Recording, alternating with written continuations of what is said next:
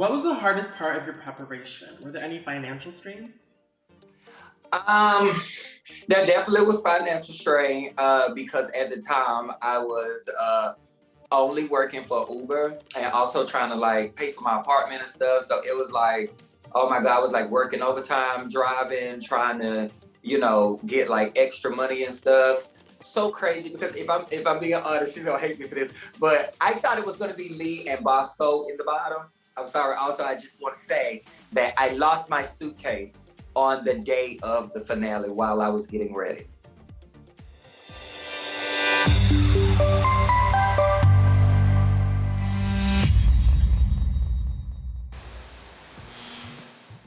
Hello, this is Miss Fiercelicious with Queen Labs Network, and you're watching Drag Financial. Today's guest is a former contestant on season 14 of RuPaul's Drag Race. Her down-home sensibilities may have won our hearts, but it was her presence and skill with the needle and thread that made her a powerhouse throughout the competition. Welcome Drag Race's very own Southern Belle, Angeria Paris Van Michaels.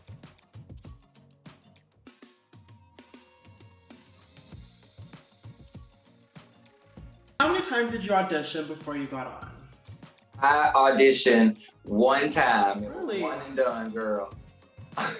And I'm so glad that I didn't have to audition again. How long did it take you to prepare your package for the competition?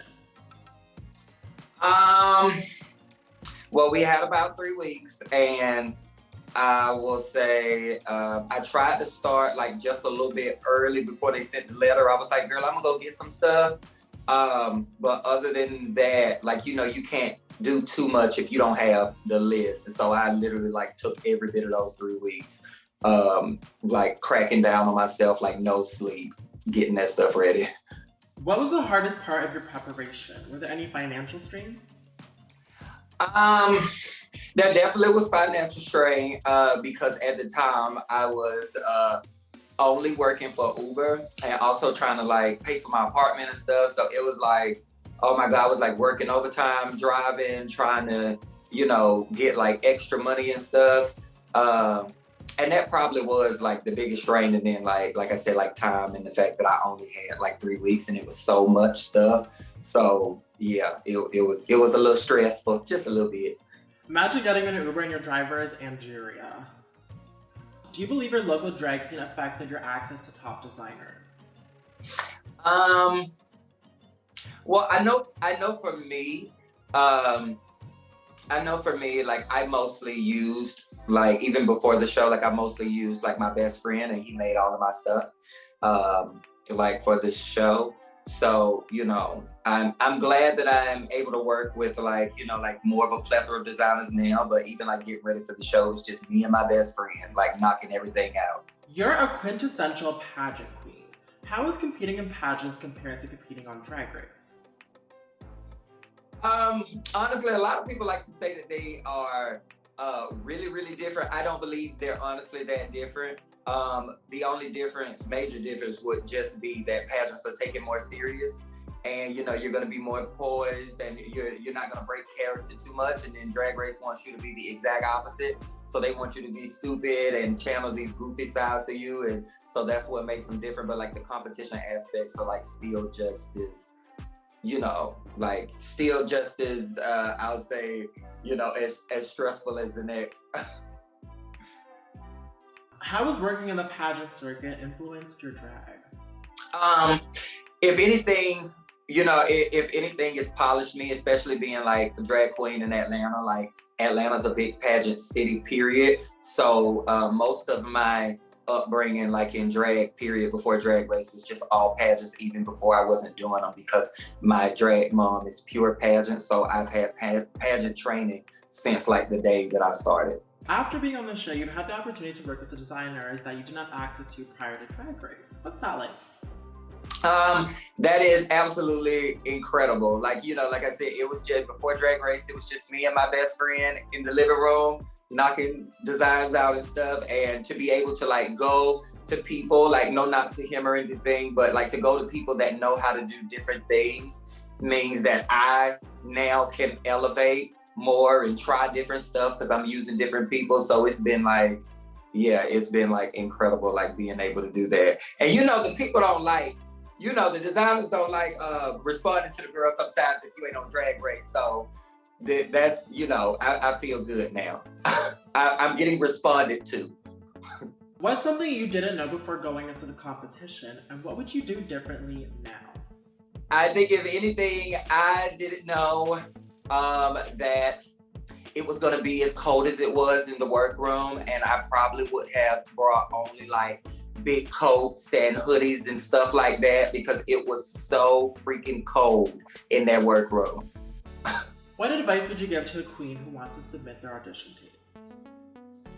To have fun, like literally to let go, have fun, like through your whole tape, like whatever it is. Like whoever, I always say whoever is the person that makes you feel the most comfortable, that you can have the most fun around, have them like, you know, film your tape or whatever with you, you know, or whatever with you. Like, it doesn't have to be super fancy. I did it in my parents' car garage with my best friend holding the camera, and we got it done. Like it's all about just having fun, because they want to know that after they put you on the show that you're going to be able to have fun once you get there. So just have fun like throughout the whole, you know, audition tape. Every season of Drag Race seems to get more elaborate. What are some necessary skills that a baby queen would need to survive on the show? You would definitely, first of all, you would want to be more like I said, get yourself more comfortable with like speaking in front of people, period. Because even if it's just getting critiqued, like some girls can like freeze up, like get yourself more comfortable on stage. And more importantly, you might want to take a sewing class or two, you know, just at least know how to do a little 1-2 on the sewing machine, so you're not like completely lost in the sauce when you get there.